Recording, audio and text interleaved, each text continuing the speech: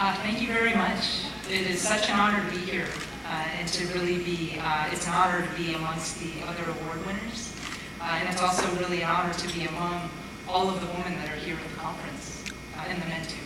But the energy of this conference is amazing, and just to see everybody together, enthusiastic, really here to really understand how we can make this world work is really phenomenal. Getting this award made me reflect on some things that might have helped me get here. And so I just wanted to share a few things from those because they actually reminded me of some things that I needed to remind myself of for my job going forward, and maybe you could use some of that as well. So as you saw in the video, there were a number of different projects that I worked on at different times. And one of them was that Halo virtual collaboration experience. So giving you face-to-face conferencing in a very realistic and very close way.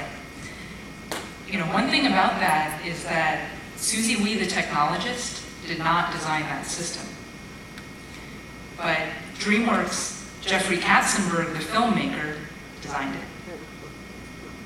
And that's really important because to really make the experience great, you needed to bring together the people with the right areas of expertise and the right areas of background to make it work. So DreamWorks had built its collaboration studio for just 2 sites to help them make those movies better and to help them collaborate with each other. And then they came to HP, and then HP worked with DreamWorks very closely to turn that into a business. But to take a prototype, which is 2 sites, is not the same as making a product that you can sell to enterprises around the world. So we worked really closely with DreamWorks, HP and DreamWorks working together. Within HP, we had people in the business unit working with people in the research labs and people with backgrounds in experience design, multimedia, networking, security, to really bring it together and figure out how can we make this into a product. And we did it.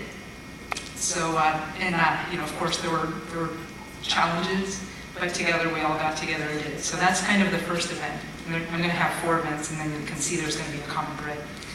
The second was that, in bringing video to cell phones. So more than a decade ago, then I had the pleasure of working with NTT Docomo. So if you go back to 1999, your cell phones weren't doing a heck of a lot back then. And what we wanted to do was make video for your cell phones and make the whole back-end infrastructure and everything to make that work. But at that time, people didn't think that you could do it. So HP and NTT Docomo, we entered a collaboration, a research collaboration. We had a lot of technical challenges that we had to work on. In addition, we had people from, again, HP and Docomo. We had people in the US and Japan. So we had cultural challenges as well. And yet we all put our heads together, and some of that technology that we developed is on your cell phones today. Video on your cell phones is not so surprising anymore, right? Okay, so the third event takes me back to college in my senior year when I was on the women's varsity soccer team at MIT. So it doesn't mean I was particularly athletic, because it was a technical college and you just needed a heartbeat and be willing to practice. So I was on the team, and our team, well, we were all right, but we didn't win a heck of a lot of games. And going, at the end of the season, you go into your divisional championships. So out of 8 teams, I believe we were ranked 8th. Which actually means for the first game, for the divisional championships, you have to play the first place team, who was, quite frankly, much better than us. And somehow we won. And then the next game came along, and we won it again.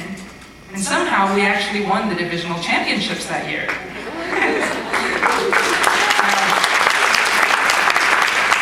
We were definitely not the most skilled team out there. We were probably the least skilled, but somehow we got there.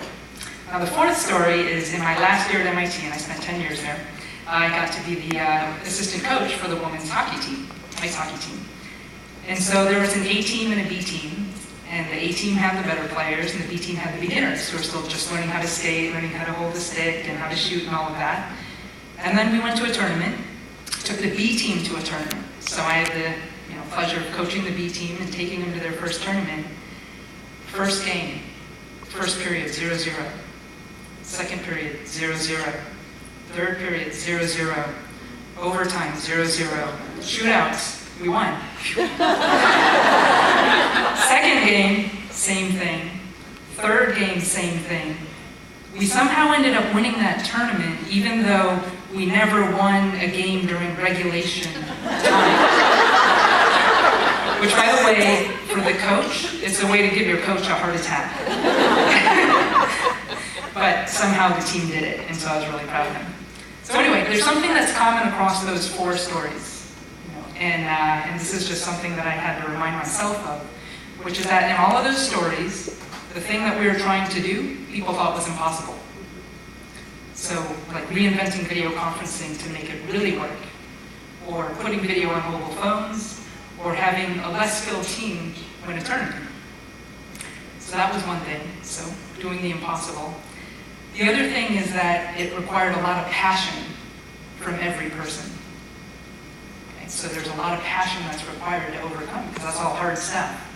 And then the last thing is that there's a lot of teamwork that was required. And teamwork was required in every situation. So those things just kind of taught me to remember, the things that, I felt have been most important, in my projects kind of along the way. And I'm sure that you all work on many different types of projects as well. So think about the ones that have kind of gotten you the furthest, and I would bet that there's a challenge that no one else thought you could do, that it was something that you were really passionate about, and that you had a team that was really working to solve something bigger than what you could solve yourself. So that was a good reminder for myself, so I hope that helps a little bit.